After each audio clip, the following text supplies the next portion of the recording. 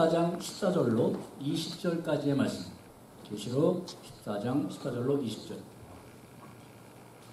또 내가 보니 흰 구름이 있고 구름 위에 인자와 같은 이가 앉으셨는데 그 머리에는 금면류관이 있고 그 손에는 예리한 낫을 가졌더라.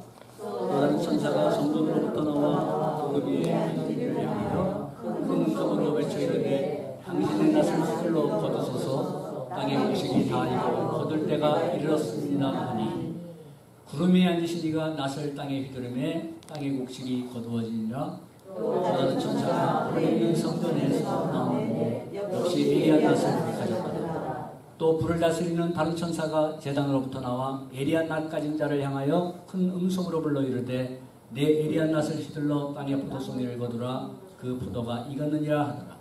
천사가 낫을 땅에 휘둘러 땅의 포도를 거두어 하나님의 진노의 큰 포도송이에 던지매 성 밖에서 그 틀이 밟히니 틀에서 피가 나서 만플레까지 닿았고 1600 스타디온에 빠졌더라. 아멘.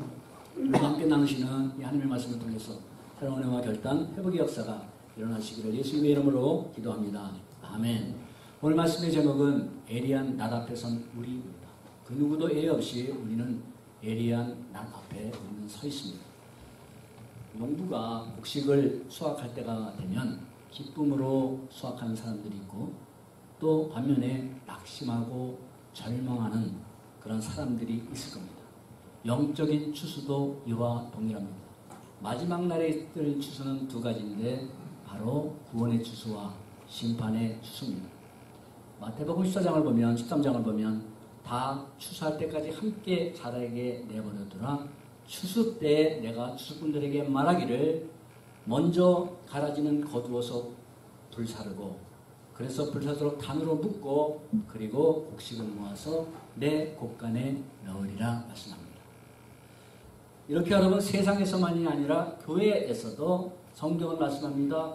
곡식과 가라지는 추수 때까지 함께 공존하며 자라간다는 말씀입니다. 말씀하셨어요. 둘 다 추수 때까지 함께 자라게 두라. 다 자라갑니다. 함께 있습니다. 그래서 우리는 알곡과 가라지를 구별하기가 힘이 듭니다. 그리고 우리는 쉽게 우리의 판단으로 판단하고 정죄해서는 절대 안 됩니다. 그러나 그 마지막 날에는 누구도 부인할 수 없고 변명할 수 없는 하나님의 공의 앞에 극과 극으로 갈라지게 된다는 말씀입니다. 오늘 말씀은 사도 요한이 환상 중에 본 마지막 추수 때 두 가지의 모습, 대조되는 모습을 기록되고 있는데 모두 동일한 것은 예리한 낫 앞에 선 모습들을 보게 됩니다. 모두가 예리한 낫을 든 모습을 보게 돼요. 첫 번째 우리 보게 되는 모습은 주님이 드신 예리한 낫입니다. 14절에 말씀합니다. 또 내가 보니 흰 구름이 있고 구름 위에 인자 같은 이가 앉으셨는데 그 머리에는 금면류관이 있고 그 손에는 예리한 낫을 가졌더라. 구름 위에 앉아서 머리에 금면류관을 쓰시고 손에는 예리한 낫을 가지신 분. 여러분 그분이 누구시라고요? 예수 그리스도 주님이십니다. 구름 위에 앉았다 라는 이 모습은 우리 복음서에도 마태복음 누가복음에도 기록되어 있죠. 인자가 구름을 타고 능력과 영광으로 오는 것을 보리라 말씀합니다. 그리고 계시록 1장 7절에도 볼지어다 그가 구름을 타고 오시리라. 이 말씀대로 이 모습은 이 땅에 심판하러 오시는 재림의 모습을 지금 증거해주고 있습니다. 머리에 금면류관을 쓰시면 바로 영광과 승리의 주님을 증거해주고 있습니다. 손에 낫을 든 모습은 바로 추수할 준비가 끝난 모습입니다. 주님의 재림 때 구름을 타고 오는 모습에 대해서 이 시간 잠깐 주의를 좀 우리가 함께 바꾸자 합니다. 뭐냐면 지금도 여러 이단들은 잘못된 교리를 가르치는 자들은 구름을 영으로 해석하거나 사람으로 비유합니다. 그래서 구름 타고 온다는 것을 실제적으로 주님의 그것은 문자적 해석이 아니라 상징적으로 해석을 해서 영으로 온다는 거죠. 그렇게 주장을 해서 재림의 영이 자기에게 임했다고 주장하기 때문에 그래서 그것을 주장하기 위해서 이것저것 말씀을 다 이리 마치고 저리 마치고 일명 짝짓기 요리입니다. 성경에다 짝이 있다 해서 그 부분도 잘못 해석을 한 건데 이래서 자기들의 주장에 깨맞추려고 하는 거짓된 자들이 지금 활개를 치고 있고 많이 있습니다. 여러분, 그리고 말합니다. 주님의 초림이 구름을 타고 온 것이 아니라 육체로 왔기 때문에, 몸을 빌려왔기 때문에 재림 예수님도 몸을 입고 오신다 하면서 결국에는 어디로 유도를 합니까? 결국엔 자기들이 믿는 교주가 이미 재림하신 예수라는 사실로 그런 거짓된 것으로 유도를 합니다. 육체로 오셨다, 이미 오셨다. 영으로 오셨다 하면 그 영이 사람에게 임했다. 그럼 그 사람이 누구겠어요? 교주지 뭐. 육체로 오셨다. 그런 자들은 여러분 어느 시대나 있었고, 그리고 주님의 재림이 가까울수록 그런 자들은 마지막 발악을 하면서 많은 영혼들을 미혹한다고 성경은 분명하게 증거합니다. 그런 자들이 여러분 마지막 추수의 날에 갈 곳이 어디입니까? 계시록 20장 말씀하죠. 또 그들을 미혹하는 마귀가 불과 유황못에 던져지니 거기는 짐승과 거짓 선자들도 있어 세세토록 고통을 하되리라고 분명하게 증거하고 있습니다. 여러분, 이 마지막 시대에 워낙 우리가 여러 곳에서 주님의 재림에 대해서 거짓된 교리가 성행하기 때문에 이 시간 잠시 주의를 우리가 갖고자 말씀을 드린 겁니다. 그렇다면 여러분, 금멸로가는 쓰신 우리 주님이 예리한 낫을 들으셨는데 그 낫은 무엇을 하기 위함입니까? 16절에 곡식이 거두어지니라 말씀하죠. 구름에 앉으시니가 낫을 땅에 휘두르매 곡식이 거두어지니라. 그 주님이 가지신 낫의 목적은 뭐예요? 곡식을 거두시기 위함이에요. 바로 영적인 추수를 하시기 위함이에요. 그날에 주님께서 거두시는 것은 바로 알곡 같은 성도들을 하나님 나라로, 하나님 나라의 곡간인 하나님의 나라로 모시기 위해서 거두시는 겁니다.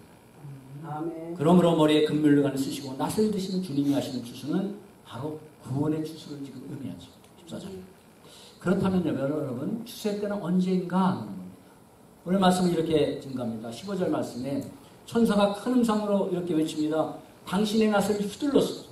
땅의 곡식이 다 익어 거둘 때가 이르렀나이다. 언제가 거둘 때라고요? 곡식이 다 익었어요. 곡식이 다 익었기 때문에 이제는 거둘 때가 되었습니다. 라고 천사가 외칩니다. 우리 다 같이 마가복음 우리 4장 28절하고 29절을 보겠습니다. 시작. 땅이 스스로 열매를 맺되 처음에는 싹이요, 다음에는 이삭이요, 그 다음에는 이삭의 충실한 곡식이라 열매가 익으면 곧 낫을 내나니 이는 추수 때가 이르렀습니다. 아멘. 열매가 익으면 낫을 낼 때다. 영적인 추수가 할 때다 라는 겁니다. 우리 농부도 추수할 때 익으면 그때 낫을 냅니다. 여러분, 농부가 씨를 뿌립니다. 그리고 곡식이 다 익을 때까지 걸음을 주고 인내하면서 돌봅니다. 그리고 곡식이 익고 결실을 하면, 할 때가 되면 추수의 낫을 대는 것처럼 우리 주님도 영적 황무지와 같은 이 세상에 오셔서 복음의 씨를 뿌리셨어요. 복음의 씨를 뿌리시고 자신이 죽어지는 하나의 미랄이 돼서, 그리고 복음의 씨가 뿌려지고 제자들을 통해 그 복음이 전파되게 하여 주시고 또 자라게 하셔서 더 확장되게 하시고 오늘도 수많은 주님의 일꾼들을 통해 땅끝을 향해 전파되도록 하셨습니다. 마가복음 14장 말씀하죠. 이 천국 복음이 모든 민족에게 증언되기 위해서 전파되리니 그제야 끝이 오리라 말씀합니다. 아멘. 주님이 언제 낫을 들고 오신다고요? 복음이 땅끝까지 전파되면 오시라. 바로 이 말씀은 알곡과 같은 성도들을 한 영혼도 잃어버리지 아니하시고 모두 거두실 때가 되면, 바로 이제 여러분 지금도 아시죠? 수많은 복음, 지금 주님의 종들이, 일꾼들이 곳곳에서 저 먼 곳을 가지 않아도 바로 이 예루살렘과 땅끝까지, 예루살렘 바로 우리 주위에서도 믿지 않는 영혼들이 구원을 받고 있어요. 그리고 저 땅끝 오지에도, 그 척박한 것에도 하나님의 복음은 증거되고 있습니다. 하나님은 한 영혼도 잃어버리지 않는 것이죠. 내 손에서 빼앗을 자가 없는 일 하신 것처럼 하나님께서 작정하신 그 영혼, 한 영혼도 잃어버리지 아니하시고 다 찾으시는 하나님입니다. 주님께서도 마지막 추수를 하시며 이렇게 아무 때나 오는 것이 아니라 회개할 영혼이 다 회개를 하고 구원받는 성도들의 수가 다 충만하게 채워졌을 때 바로 이것이 열매가 이것을 그때 오셔서 알곡을 모아 곳간에 들으신다고 말씀하는 겁니다. 여러분, 이 성경은 이때를, 이러한 오늘의 때를 바로 내일이라고 하지 않냐고 오늘이라고 말씀합니다. 바로 지금이라고 말씀합니다. 지금이 바로 주님의 추수할 때다 하는 것입니다. 우리가 주님의 시간, 하는 나라의 시간관념과 우리의 시간관념은 다르다고 했죠. 하루가 천년 같고 천년이 하루 같은 주님 앞에서 주님은 지금 이미 스탠바이 하고 계십니다. 고린도서 6장 2절에도 보라 지금은 은혜 받을 날이에요. 보라 지금은 구원의 날이로다 말씀합니다. 바로 지금이 은혜 받을 날이에요. 내일 은혜 받아야지. 천만에 오늘 밤에 내 영혼을 부르면 어찌하겠느냐 말씀하잖아요. 오늘이 은혜 받을 만한 때, 오늘이 구원받을 만한 날이로다 증거합니다. 여러분, 언제 은혜의 문이 닫히고 언제 구원의 문이 닫힐지 모르는 우리는 그러한 절박한 때에 살고 있어요. 언제 주님이 들고 계신 예리한 낫을 휘두를지 모르는 그러한 긴급한 때에 저 여러분들은 살고 있기 때문입니다. 언제 구원의 문이 닫히고 언제 은혜의 강물이 끊을지 모르는 이 마지막 때에 저와 여러분들이 살아가고 있기 때문이에요. 그래서 주님은 오늘이라고 말씀하는 겁니다. 지금이라고 말씀하는 거예요. 가게가 좀 셋업되면 아이들이 다 크고 나가면 그게 아니라 바로 오늘이라는 거예요. 주님이 우리 각자 인생들을 출소하시는 그날 잘 익은 곡식들이 돼서 하나님 나라에 들어가는 저와 여러분들 모두가 되기를 소망합니다. 아멘. 모두 들어가시고 모두 들어가서 우리가 거기서 또 서로 여기서는 보기 싫었을지라도 또 반갑게 천국에서 만나고 여기서 오래간만에 뵙네 하고 천국에서 볼 거 아닙니까? 거기서는 보기 싫어도 못 나가. 천국에서 영원토록입니다. 두 번째는 여러분, 포도송이를 거두는 천사가 가진 예리한 낫을 가진 그 휘둘라 하는 모습이 기록이 되어 있죠. 예. 포도송이를 거두는 천사가 가진 예리한 낫입니다. 17, 18절을 보시면 불을 다스리는 천사가 예리한 낫을 가진 천사를 향해서 큰 소리로 외칩니다. 낫을 휘둘러 포도송이를 거두라. 포도나무가 익었느니라. 포도가 익었느니라. 천사는 곡식이 아니라 포도송이를 거두는 천사예요.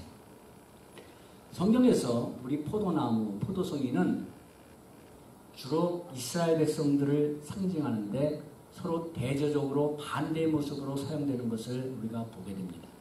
시편 80편 8절에 말씀하죠. 주께서 한 포도나무를 애굽에서 가져다가 민족들을 쫓아내시고 거기에 심으셨나이다 라면서 주께서 심으신 포도나무 이스라엘 백성들을 의미합니다.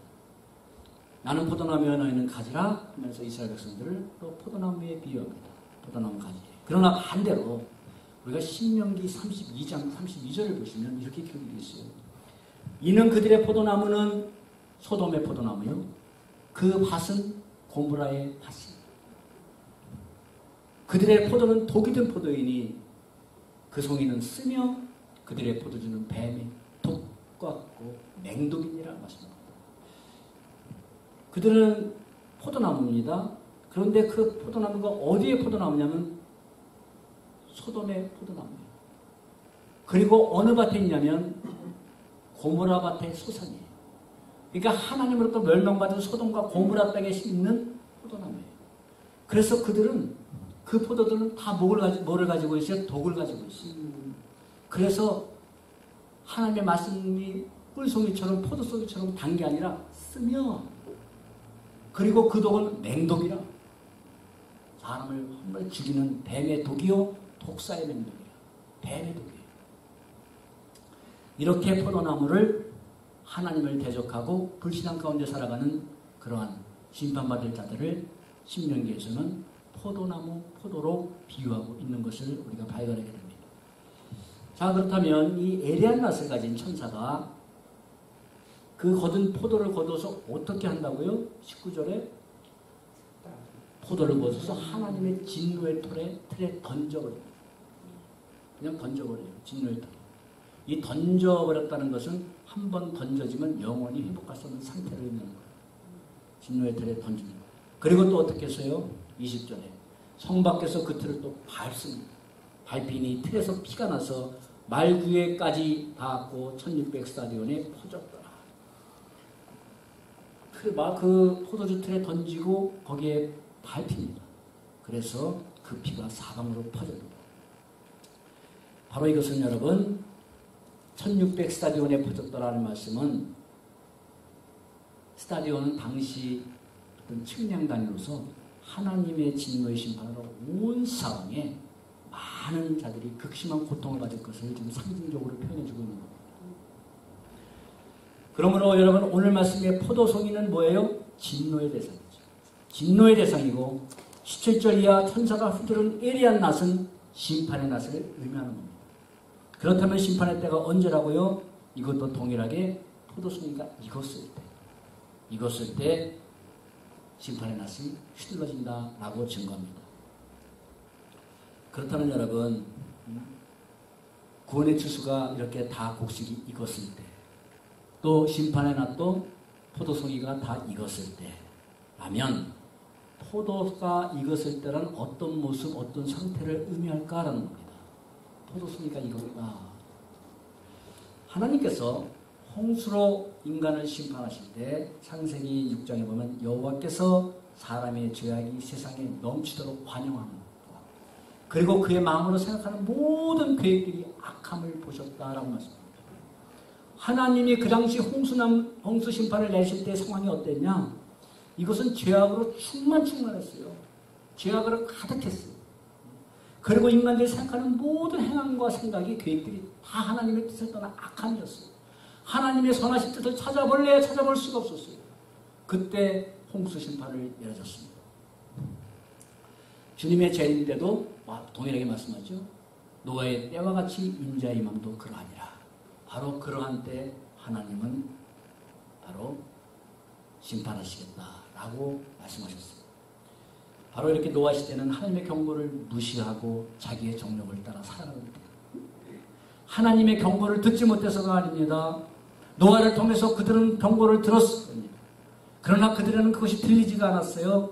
먹고 마시고 시집가고 장가가고 집 사고 이것은 문자적인 표현이고 그들은 자기 정욕대로 자기 유익만을 위해 살아갔다는 말씀이에요. 하나님의 말씀은 다 그러할 때 심판하셨어요. 하나님께서 아브라함에게 400년 후에 가나안 땅을 주시겠다고 약속을 하시면서도 가나안 땅으로 돌아올 것을 약속하시면서 왜 지금이 아닌가? 왜 그 오랜 시간을 기다려야 하는가에 대해서 이렇게 창세기 15장에 증거했었어요. 내 자손이 사자 만에 이 땅으로 돌아오리니 이는 왜냐하면 아모리 족속의 죄악이 아직 관영치 아니하기 때문이다 라고 말씀합니다. 왜냐하면 그 이유는 너희들에게 있는 게 아니라 그 가나안 땅을 물론 하나님의 모든 관심은 하나님의 백성들에게 있지만 그 가나안 땅을 족속들을 밀어내고 그 땅에 들어갈 때는 아직이 안 됐는데 왜냐하면 아모리 족속, 그 가나안의 대표적인 족속이에요. 그러니까 가나안 모든 족속을 의미합니다. 그들의 죄악이 아직 가득하지 아니합니다. 무슨 말씀입니까? 그들의 죄악이 극에 달하면 그때 그들을 내어 쫓고 너희들이 그 땅을 차지하게 하겠다라는 말씀이에요.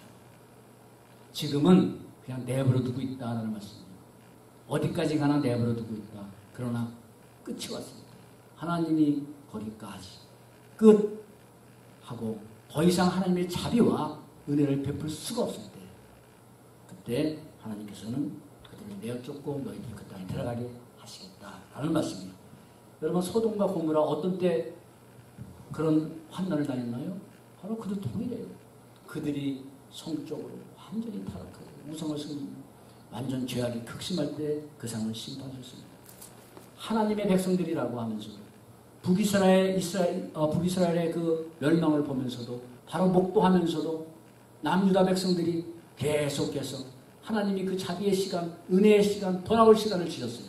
그럼에도 불구하고 그들은 계속 우상을 숭배하고 오히려 북이스라엘보다 더 영적인, 육적인 죄를 범하고 있는데 하나님은 바로 그들이 죄악으로 충만했을 때 예루살렘을 심판하셨습니다. 그러므로 여러분 포도가 다 익었다는 건 뭡니까? 죄악이 세상에 넘쳐 하나님의 인내와 자비를 거두셔야만 하는 지경에 이르렀을 때 이것을 여러분 세상을 보면은 내에게 하는 것 같지가 않죠? 우리에게 대입해 봅시다. 나의 죄악이 나의 불신앙이, 하나님을 떠난 나의 삶이 하나님 보시기에 더 이상 자비를 베풀고 은혜를 베풀고 돌아올 기회를 베풀어도 끝까지 거절하면서 더 이상 하나님께서 하나님의 철저하신 원자인 공의 앞에 더 이상 은혜를 베풀지 못하겠다고 하십니다. 못하십니다. 그때가 바로 포도가 익을 때예요. 포도가 익을 때입니다. 만약 여러분 그렇다면 하나님께서 계속된 우리의 죄악을 내버려 두시고 계시다면, 나의 죄악을 그대로 내버려 두시고 계시다면, 그래도 오늘 누리는 성공이라고 할 수 있을까요? 하나님 떠나 살면서도 아무 지점 없이 사는데, 비즈니스가 더 잘 되기만 하는데, 건강하기만 하는데, 자식들이 잘 되기만 하는데, 그렇다면 그게 축복일까 성공일까라는 말씀입니다. 하나님의 예리한 낯을 들고 조금 더 주시는 자비의 시간이라는 것을 우리는 깨달을 때 그분이 영적으로 깨어있는 자입니다. 그분이 돌아올 수 있는 기회를 얻은 자예요. 그렇지 않으면 계속 오늘 당장 심판이 없다고, 그게 여러분 축복일까요? 하나님의 심판이 있으면 깨닫지 못하고 불신앙 가운데 살던 이스라엘 백성들을 향해서 아모스 선지자가 외치는 말씀이 있어요. 대언하는 말씀. 우리 아침 아모스 시간에 다 했죠. 4장 12절에 그러므로 이스라엘아, 내가 이와 같이 행하리라. 내가 이것을 행하리니 이스라엘아, 하나님 만나기를 준비하라. 여기서 하나님 만나기를 준비하라는 것은 뭐예요? 믿음의 성도들이 주님의 재림하신 날 기쁨과 영광으로 만나기를 준비하라는 말씀입니까? 아니죠. 예리한 낯을 들고 계신 심판의 주님 만나기를 준비하라는 겁니다.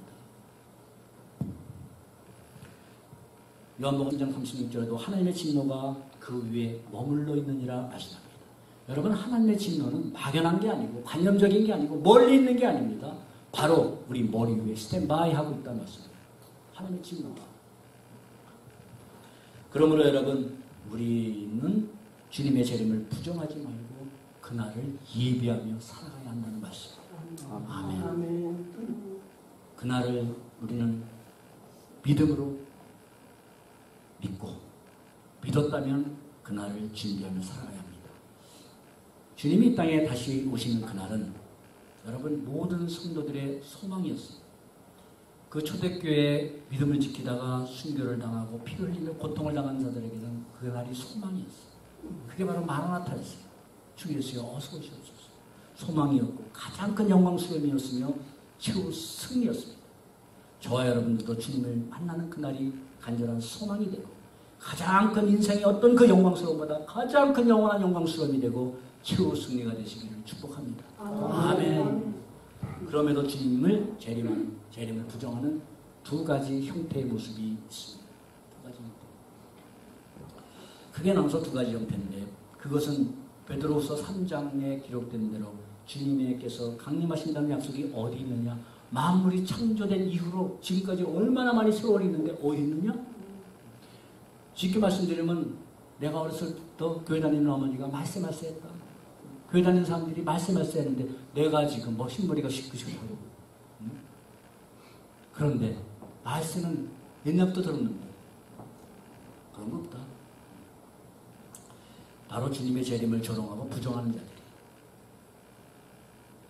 여기에는 그런 분이 한 분도 안 계신 걸로 제가 알고 믿습니다. 그런데 또 한 케이스는 이런 케이스입니다. 다른 하나는 교회에 많이 있는 모습. 그리고 혹 저와 여러분들이 이런 모습 가운데 있지는 않은가 점검해야 됩니다. 그리고 다시 바른 재림신앙을 우리는 회복해야 돼요. 이런 모습입니다. 주님 재림하신 믿습니다. 아침 시간에도 말씀드렸죠. 주님 재림하신 믿죠, 믿습니다. 그리고 남에게 전하기도 합니다.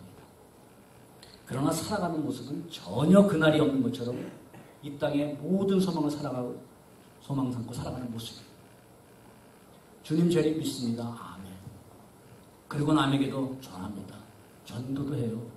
그런데 정작 그 사람이 살아가는 모습, 우리 자신이 살아가는 모습은 전혀 그날이 없는 모습, 그날이 없는 것처럼 모든 소망을 이 땅에 지금에 두고 살아가는 모습. 주님이 심판자이심을 믿습니다. 말합니다. 그러나 마치 심판의 그날이 없는 것처럼 하나님의 말씀을 무시하고 그냥 세상 정욕을 따라가는 모습이에요. 우리는 이론론적 재림론자가 되면 안 돼요. 그러니까 이론만 재림론자예요. 이론적으로만. 그러니까 그것은 주님의 재림을 믿는 게 아니라 뭐라고요? 동의하는 거, 인정하는 거예요. 동의와 인정은 우리의 삶이 없어도 얼마든지 할 수 있는 게, 입으로만 할 수 있는 게 동의와 인정입니다. 그러나 믿음은 뭐예요? 항상 제가 말씀드렸죠? 믿음에 따른 행위가 따라온다 그랬어요. 그게 살아있는 믿음이라고 말씀드렸어요. 여러분, 우리는 동의와 인정을 믿음으로 착각을 해서는 절대 안 됩니다. 주님의 약속은 여러분 이론이 아니라 뭐예요? 실제 이루어지는 역사적 사건이에요. 오늘 여기에 약속하신 주님의 그 약속은 이론이 아니에요. 반드시 이루어졌고 이루어지고 이루어질 역사적인 사건입니다. 실제입니다. 아멘. 그러므로 여러분, 우리가 이 하나님의 약속을 믿는 우리의 신앙도 통일해야 합니다. 실제적인 믿음 가지고 그 믿음을 실제 삶 속에서 증거로 보이며 살아가는 자들이 되어야 한다는 말씀이에요. 아멘. 그렇지 않겠습니까? 우리가 이 하나님의 말씀을 실제적인 사건과 역사적인 사건과 이루어질 것으로 믿는다면, 그 믿음을 가졌다면 우리도 그 믿음을 가지고 그 믿음을 실제의 삶 속에서 증거하면서 내 삶 속에서 하나님이 함께 하신다는 것이 이론이 아니라 추상적인 것이 아니라 내 삶 속에서 하나님이 나와 함께 하신 것을 내 인생의 역사적인 사건으로, 내 인생의 역사적인 사건으로, 내 인생에 이런 사건이 일어났다. 나는 하나님을 만난 사건이 일어났고, 하나님이 이러한 때 내가 절망하고 쓰러질 수밖에 없을 때 하나님이 나를 일으켜주는 위로의 사건을 나는 체험했다. 할렐루야. 아멘. 내 인생의 사건이 돼. 그게 믿음 아니겠습니까? 오늘 말씀을 보시면 구원의 낯을 든 분은 누구세요? 주님이세요. 그런데 심판의 낯을 든 자는 주님이 아니시고 천사입니다. 천사입니다. 사랑하는 여러분, 구원받은 하나님의 자녀들은 우리 주님이 직접 품 안으로 모이는 줄 믿습니다. 아멘. 직접 주님이 모으세요. 그런데 심판받을 자들은 주님이 뭐하러 가시겠어? 진노의 불을 관리하는 천사가, 불은 진노의 불을 관리하는 천사가 예리한 낫을 든 천사를 통해 낫을 휘두르라 명령하니까 예리한 낫을 든 천사가 휘두릅니다. 그리고 여러분, 진노의 대상인 포도송이가 틀에 던져져 밟히는 무서운 심판이 20절에 보면 어디에서 행해집니까? 어디에서? 20절. 성 밖에서. 성 밖에서. 여기는 우리가 여러 가지 의미를 다 줄 수 있겠지만, 성 밖에서. 이는 하나님의 인자가 있고 하나님을 예비하는 성전이 있는 하나님의 도성이 아니라 성 밖입니다. 즉 하나님의 은혜와 자비가 없는 고통과 절망뿐인 장소를 의미합니다. 여러분, 거기가 어디겠어요? 네. 주소를 안 되셔도 다 아시겠죠. 저도 주소는 모르겠지만 분명히 존재하는 겁니다. 하나님의 은혜와 자비가 없는 그게 성 밖에. 사랑하는 여러분, 이제 어느덧 이 한 해도 지금 저물어 가고 있습니다. 그렇죠? 이는 더욱 우리 각자 개인에게 그날이 가까이 옴을 보게 된다는 의미죠. 그 누구도 피해갈 수 없는 두 가지 주시의 때가 너무 가까이 다가오고 있다는 의미입니다. 그렇다면 우리는 그날 하나님의 나라로 들어갈 곡식으로 잘 익어가고 계십니까? 아니면 그날 성 밖으로 던져져 틀에 밟힐 포도송이로 익어가고 있습니까? 항상 신앙은 정지가 없다고 그랬어요. 모두 다 자라가고 익어간다고 그랬어요. 둘 중 하나입니다.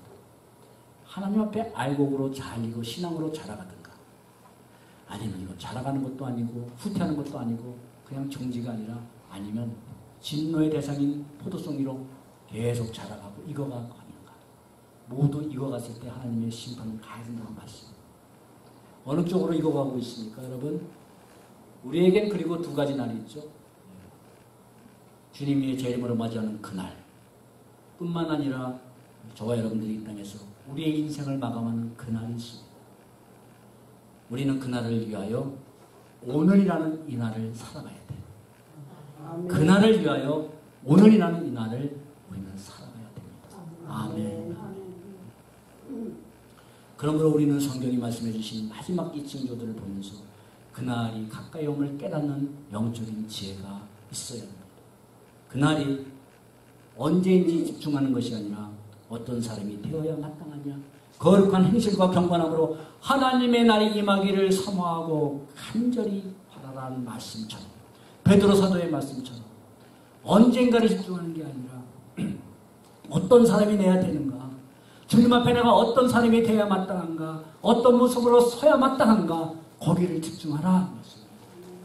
그리고 거룩한 행실과 경건함으로 하나님의 날이 임하기를 바라보면서 사모하라 말씀합니다. 그날에 여러분, 그날은 막연한 날이 아니라 바로 반드시 오고야만 하는 하나님의 약속이며 이 세상 모든 사람들이 동시에 만나는 우주적인 그날이며 우리 개인적 인생의 그날이기 때문이에요. 여러분, 지금 이 순간에도 구원과 진노의 심판을 행할 예리한 낯은 하나님의 명령을 기다리고 있기 때문입니다. 천사가 어디서 나와요? 성령으로부터 나왔어요. 그건 무슨 걸 의미합니까? 하나님으로부터 나왔다는 거예요. 하나님의 임재가 있는 거예요. 그래서 모든 심판의 주권은 계획하시고 실행하도록 하시는 분은 하나님이세요. 심판자는 주님이시지만 하나님이세요. 이렇게 지금 여러분, 하나님으로부터 나온 하나님의 주권, 지금 다 예리한 낯을 가지고 다 지금 있을 때라 이 말씀이에요. 히브리서 9장 27절, 한 번 죽는 것은 사람에게 정한 것이고 그 후에는 심판이 있으리니 이 약속의 말씀대로 그날은 확실하게 오기 때문이에요. 아멘.